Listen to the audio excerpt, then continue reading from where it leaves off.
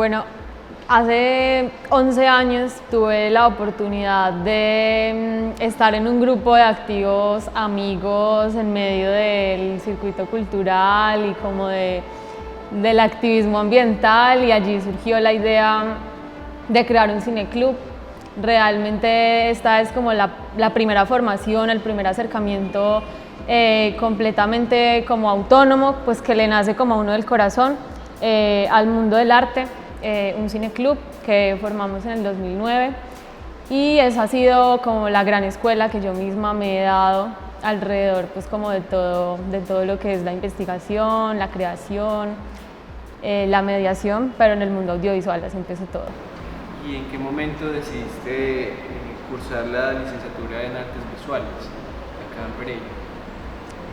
Yo estoy entonces en medio de todas estas proyecciones. Habían pasado 3 años, supongo yo, alrededor de ya, yo creo que unas buenas proyecciones del cineclub, y yo decido que tengo que hacer videoarte. O sea, yo quería hacer videoarte, video experimental, estaba muy empeliculada con el cine experimental, y una forma, un puente que encontré como para formarme alrededor de esto fue ingresar a la Escuela de Artes en la Universidad Tecnológica. Entonces soy licenciada en Artes Visuales. Bueno, yo empiezo a trabajar muchísimo con lo que son las exploraciones del blanco y negro, las texturas, una palabra que uso mucho son como las fantasmagorías. No sé, me preocupa mucho un poco como poder llegar a una imagen que esté más allá del plano de lo real. Por eso el blanco y negro, las estéticas de época, mucho basándome como en la imagen de la fotografía de archivo del siglo XIX, empiezo como a crear alrededor de todo esto, y por eso mis primeros trabajos se puede ver allí este tipo de imagen. Yo empiezo en medio de la formación de pregrado a entender que me gustaba mucho trabajar con las tecnologías de la imagen. Por supuesto necesitaba usar cámaras para hacer videoarte, pero estaba demasiado interesada como en la teoría, en el archivo, en la investigación alrededor de estas tecnologías.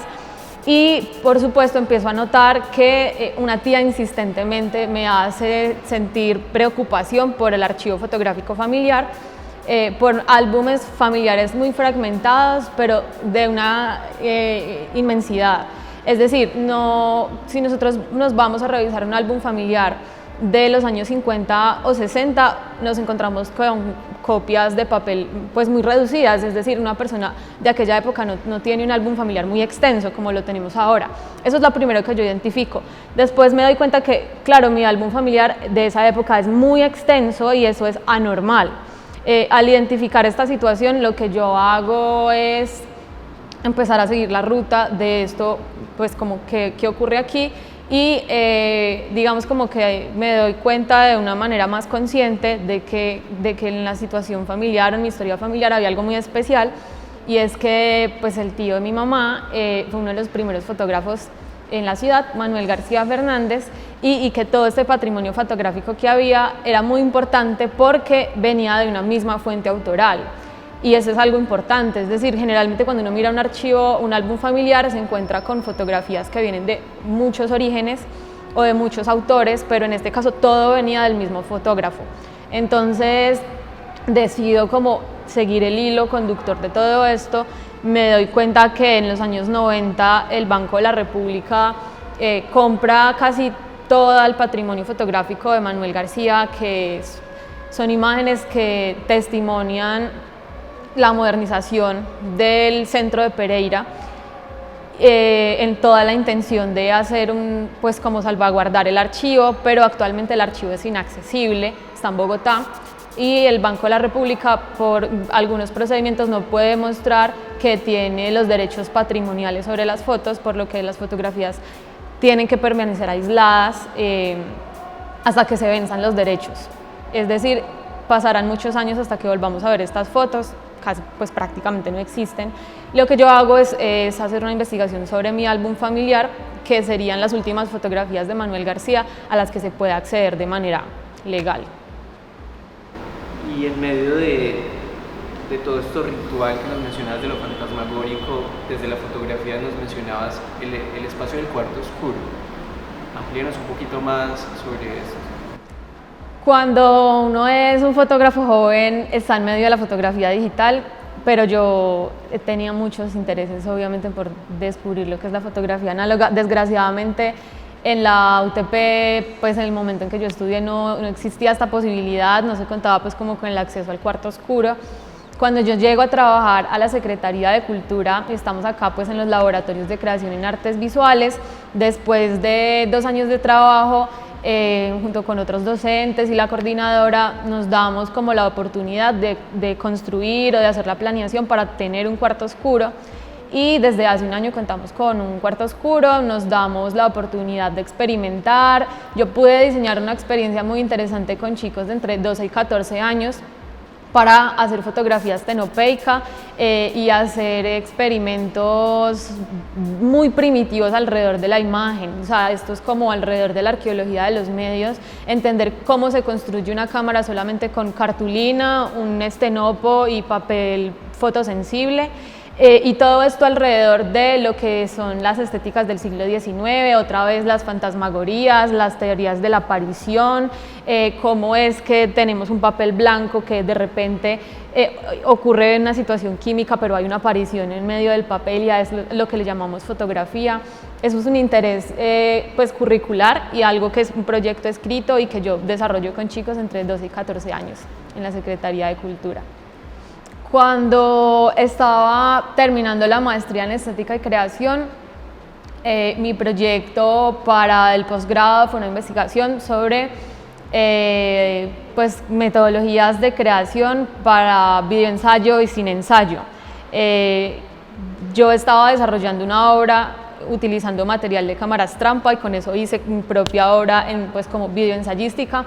Pero yo lo que hice fue empezar a acumular y acumular y acumular muchas estrategias de creación alrededor del audiovisual de tipo ensayístico, por lo que me recomendaron hacer laboratorios de creación en espacios no formales y la maestría me dio con la Universidad Tecnológica y con el Banco de la República 2 espacios que hice en el 2018 para producir laboratorios de creación de videoensayo en los que yo pusiera, digamos, como en práctica las metodologías de creación que había diseñado y pues con público diverso, con asistentes diversos.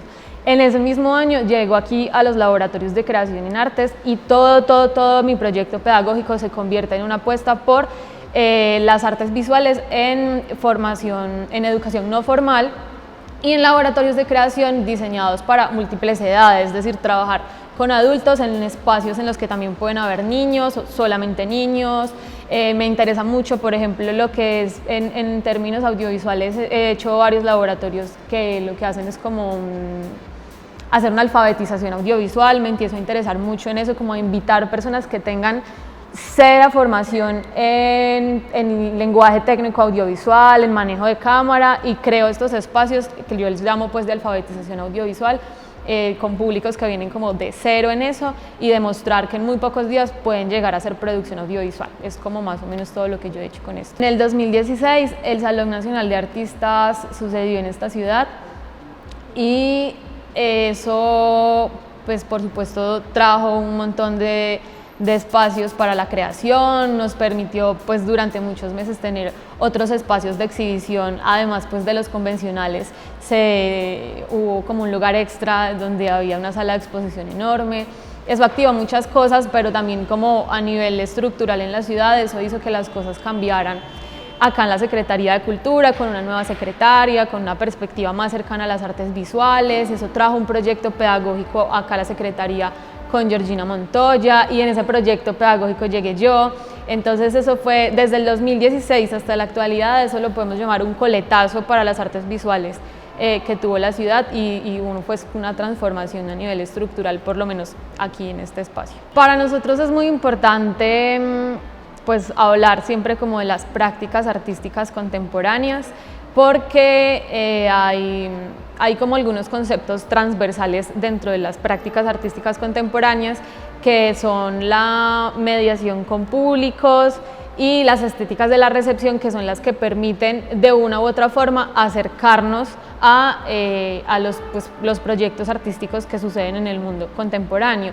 Es decir, lo que nosotros hacemos es trabajar a partir de muchos tipos de trabajos contemporáneos y mostrarle pues como a todos los chicos y a las personas que están alrededor de nuestros laboratorios de creación, que en el arte contemporáneo los temas son muy transversales. Pongo un ejemplo, que tomamos una obra en la que le mostramos a los chicos que algún artista en la contemporaneidad no tiene que dominar solamente unos medios técnicos, y eso es para nosotros la propuesta más importante, porque hay un eje temático que es igual de relevante que el técnico. Entonces, en ese sentido, el artista es casi que un 50-50, y a veces las obras de arte hablan sobre biología, sobre astronomía, sobre arqueología, y lo que mostramos es que hay todo un universo temático al que nos podemos valer para aprender sobre muchísimos lenguajes, por ejemplo, del mundo arqueológico, sin ser necesariamente arqueólogos. Simplemente somos artistas visuales interesados en transversalizar como nuestros proyectos, y le mostramos mucho eso pues como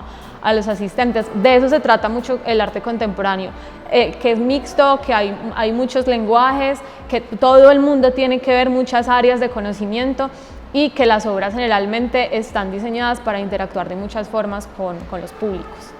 En los laboratorios de creación, nosotros desde hace unos años hemos tenido la idea de digamos, como invertirle mucho más tiempo a lo que es la formación a formadores, y yo creo que esa es una muy buena apuesta, una dirección que se tiene pues como en este proyecto a futuro. Y es que notamos que cuando le pudimos invitar a docentes de muchos tipos, como de colegios o de instituciones educativas acá en Pereira, a procesos de formación con nosotros, lo que pudimos hacer fue como contemporarizar su lenguaje. Es decir, algunas veces son muchos docentes que no digamos, no tuvieron formación alrededor de las artes visuales, sino que tienen una formación más integral o más general, pero que vienen a ocupar también unos espacios dentro de la formación de las artes visuales, pero no necesariamente tienen la carga académica o el conocimiento para darlo. A veces estos docentes pues tienen pues muchas preocupaciones sobre cómo realizar procedimientos técnicos para los que no están capacitados, y siento que esa es una muy buena apuesta. Realmente sabemos que cuando hacemos formación a formadores, el trabajo se multiplica para muchas más personas que formando directamente pues niños, no solamente, o jóvenes o adultos, sino pues preocupándonos por la formación a docentes. Siento que se puede multiplicar mucho más el trabajo. Eso desde los laboratorios de creación. A nivel personal, yo estoy muy interesada como en desarrollar a futuro muchos más laboratorios de escritura creativa. Este año tuve la oportunidad de hacer dos. Uno alrededor de lo que es como el lenguaje técnico audiovisual y la escritura de guión metaficcional, y también tuve la oportunidad de hacer una escritura creativa alrededor de lo que es el videoensayo. Entonces me quiero concentrar para el próximo año en adelante en ayudar a otras personas a escribir y también escribir. Quiero como escribir guión. Con el Cineclub La Caja llevamos 11 años como casi que un grupo de estudio, y hemos pues como visto que nuestra perspectiva, más que crecer como un grupo de trabajo, porque no lo somos, lo que queremos hacer y lo que hemos estado haciendo todo este año, casi que desde finalizó el año pasado, es impulsar en la ciudad la idea de que necesitamos una cinemateca en Pereira. Esta idea la hemos podido exponer ante muchos espacios